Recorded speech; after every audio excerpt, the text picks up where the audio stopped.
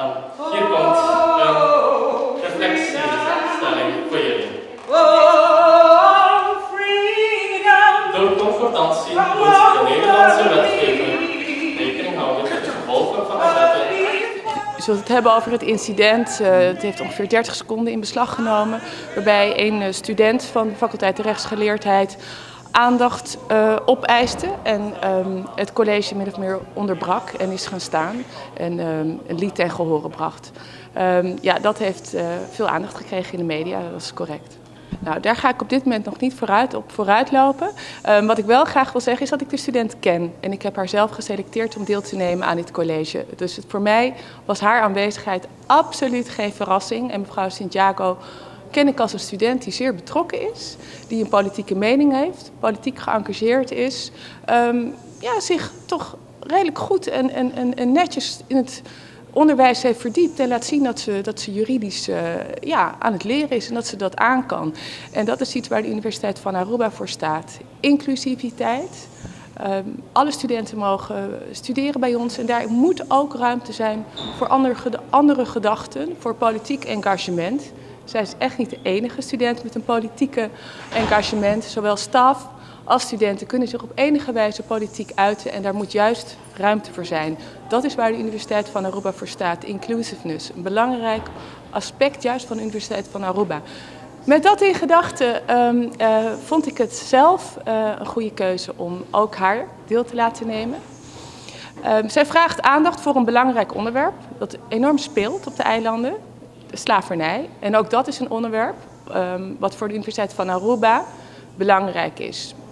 Nu ook met de viering, of niet de viering, maar de herdenking van het slavernijjaar wat er aankomt, zal de Universiteit van Aruba ook een belangrijke rol innemen. En dan is er ruimte om hierover te praten. En wat ik jammer vind is dat zij dan op deze manier de aandacht voor heeft gevraagd. Op zo'n belangrijk moment voor de Universiteit van Aruba, voor de prinses van Oranje. Terwijl ze ook op een andere manier aandacht had kunnen vragen voor dit onderwerp. Ze kan goed zingen, ze heeft een mooie stem, dat heb ik ook gehoord. Ze had mij ook van tevoren kunnen vragen of ze een lied ten gehore had kunnen brengen aan de koning. En dan had ik wellicht dat verzoek doorgeleid aan het kabinet van de koning. En dan had ik het aan hen overgelaten of er al of niet ruimte voor is geweest. Maar aan de Universiteit van Aruba, nogmaals, is ruimte voor discussie, is ruimte voor open van gedachten wisselen. En het is heel teleurstellend en ze heeft in ieder geval mijn vertrouwen dat ik in haar heb gesteld beschaamd door op deze wijze de aandacht te vragen voor haar eigen agenda.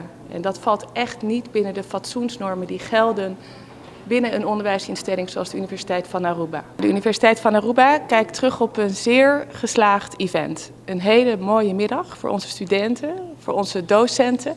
In het bijzonder collega's Miranda Gielen en Chun Luke, beide alumnus van de Universiteit van Aruba, hebben het hoogtepunt van dit event verzorgd, namelijk een prachtig college over de staatsinrichting in Aruba en het concordantie-beginsel.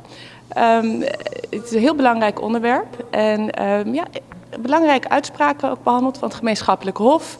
En daarbij zijn onderwerpen aan de orde gekomen die soms politiek gevoelig zijn, maar waarbij onze studenten heel duidelijk hebben laten zien in staat te zijn om juridisch goed hier met de principalen, met de Royal Family en natuurlijk staatssecretaris mevrouw Van Huffelen en de gouverneur van Aruba te converseren. Dus hopi éxito y tamasha proud y danki a tour estudiantinan y professoranan, hopi speciaal.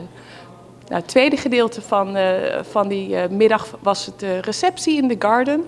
En ook daar hebben onze studenten zich van hun beste kant laten zien. En alle programmaonderdelen van de faculteit die zijn aan de orde gekomen. Dus inmiddels is de Universiteit van Aruba wel bekend bij iedereen, hoop ik. En belangrijke thema's zoals duurzaamheid, studeerbaarheid, kingdom mobility zijn aan de orde gekomen. En de prinses van Oranje toonde zich zeer betrokken. Heel erg leuk om met Arubaanse studiegenoten, leeftijdsgenoten te praten. En Hare Koninklijke Hoogheid prinses van Oranje, die weet nu dat zij altijd welkom is aan de Universiteit van Aruba.